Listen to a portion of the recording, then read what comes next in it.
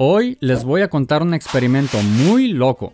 Te voy a hablar de la conciencia, de la percepción y de eventos inconscientes que ocurren en tu cerebro y la conducta. Pero, antes de comenzar a explicar el fenómeno y lo sucedido, quiero que pruebes de primera mano los experimentos realizados y te pongas en el papel del experimentador. Quiero que seas tú el que realice las preguntas para tratar de resolver este caso. Para esto, comenzaremos describiendo el caso. D.B. es un hombre de 50 años de edad. D.B. sufría de fuertes dolores de jaquecas desde los 14 años y conforme avanzaba de edad, las jaquecas eran cada vez más grandes. Finalmente, a los 25 años, los médicos decidieron extirparle una parte del lóbulo occipital derecho. Las jaquecas de D.B. se detuvieron de inmediato, pero lo que ocurrió después de la operación fue que D.B. tenía escotomas en la mitad izquierda de su campo visual. Un escotoma son manchas o cegueras en una parte del campo visual. En este caso, como el lóbulo derecho procesa la visión izquierda, el escotoma se presentaba en la mitad izquierda de su campo visual. Pero aquí viene lo interesante. El psicólogo Lawrence Weinskrantz notó que D.B. era capaz de saludar con precisión cuando se le extendía la mano en el campo visual izquierdo. Exacto, la parte visual donde D.B. no veía.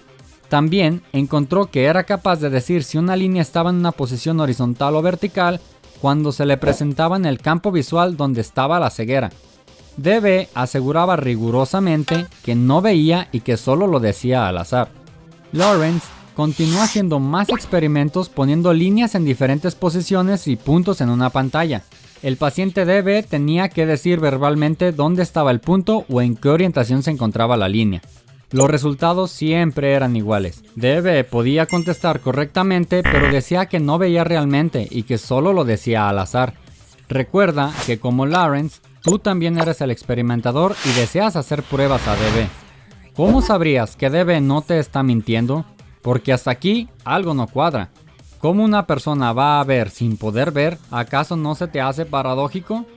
Aquí tenemos un problema y muy gordo. Y es que los informes de un evento subjetivo se hacían mediante un informe verbal. Es decir, que algo que se experimenta interiormente como la percepción se está limitando a medirse mediante un informe verbal. Decir en dónde ve el objeto y cómo es que lo ve. ¿Tú crees que se puede tener la percepción sin conciencia verbal? Es decir, ¿piensas que primero se da la percepción y después la conciencia para nombrar los objetos? ¿O como hasta qué punto sería válido el informe verbal que nos está dando D.B.? Te voy a dejar que eches a andar tu cerebro con estas preguntas mientras comenzamos con el video.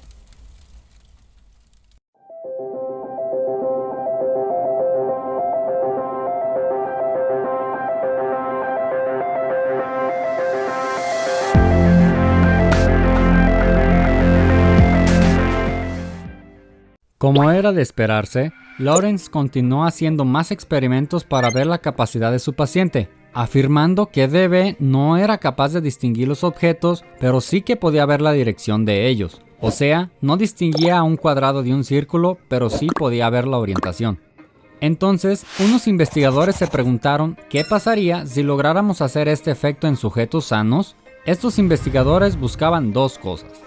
La primera era ver hasta qué punto tener conciencia de las cosas influía en la conducta de las personas. Y la otra era comprobar si se puede lograr un efecto parecido como en el caso de D.B., donde no se tenga conciencia, pero que se logre tener una respuesta conductual correcta. Para el experimento, se realizó una técnica que se llama el efecto Stroop. ¿Quieres saber qué es el efecto Stroop? Presta atención. Voy a presentar unas palabras en pantalla y después voy a poner un parche de un color. Tu reto consiste en nombrar en voz alta el color del parche. Para no confundirnos, veamos un ejemplo. Yo pongo una palabra y después un parche de algún color. En este caso, tu respuesta sería rojo, que es el color del parche. ¿Estás listo? Ahora.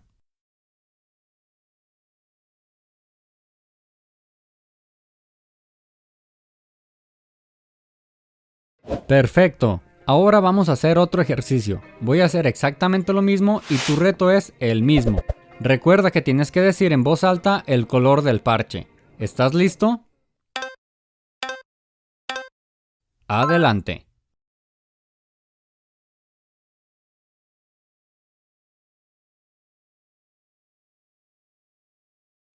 Fin del ejercicio. ¿Qué tal estuvo ese último? ¿Fue más difícil? Esto que hicimos es el efecto Stroop. Tu cerebro se prepara para una respuesta y cuando no sucede tiene problemas a la hora de mencionar el color y por lo tanto tu reacción es más lenta, como en el segundo ejercicio. Precisamente este efecto es lo que realizaron los investigadores pero con otras modificaciones. Ellos ponían una palabra con el nombre de un color como lo hicimos nosotros, seguido de una máscara con letras al azar y después el parche de color. Por último, el observador en lugar de decirlo en voz alta tenía que apretar un botón para responder cuál color era el indicado. La máscara con letras se utilizó para borrar de la conciencia la palabra que se presentaba anteriormente, dejando así una falta de conciencia de esa palabra que acababan de ver. El experimento funcionaba de la siguiente manera. Puesto que la máscara borraba de la conciencia la palabra presentada y esta misma palabra presentada tenía un efecto Stroop en los observadores, en teoría la palabra antes presentada no tenía por qué influir en las respuestas al momento de apretar el botón, ¿o sí? Es decir, si se presentaba la palabra azul y después un parche rojo, la respuesta tendría que ser la misma para cuando se les presentaba la palabra rojo y un parche rojo. Los investigadores jugaron con algunas variables como el tiempo y la intensidad y en todos los experimentos se observaba cómo la palabra presentada sí que influía en las respuestas aunque los observadores decían no tener conciencia de ella, igual que en el caso de DB. Finalmente presentaron dos conclusiones. La primera es que hay un umbral objetivo el cual la información no alcanza a captarse ni procesarse y por supuesto no se obtiene conciencia de ella. La otra es que hay un umbral subjetivo en el cual la información se percibe pero no hay conciencia verbal de esa percepción. Entonces, en el caso de DB, este último umbral, el umbral subjetivo, aún estaba funcionando correctamente debido a que no tenía conciencia verbal, pero sí que la percepción influía en la respuesta. Los autores también lograron distinguir una cosa importante del caso de DB, y es el hecho de que en el cerebro tenemos dos vías para la percepción visual, una vía del qué y otra vía del dónde.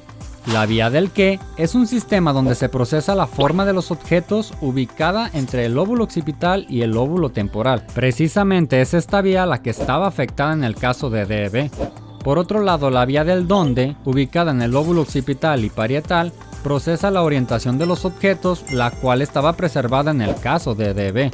Lo curioso es que este caso de DB no es el único, sino hay experimentos realizados en monos y casos donde se presenta la misma patología y la misma conducta. Para concluir, quiero que te quedes con lo siguiente.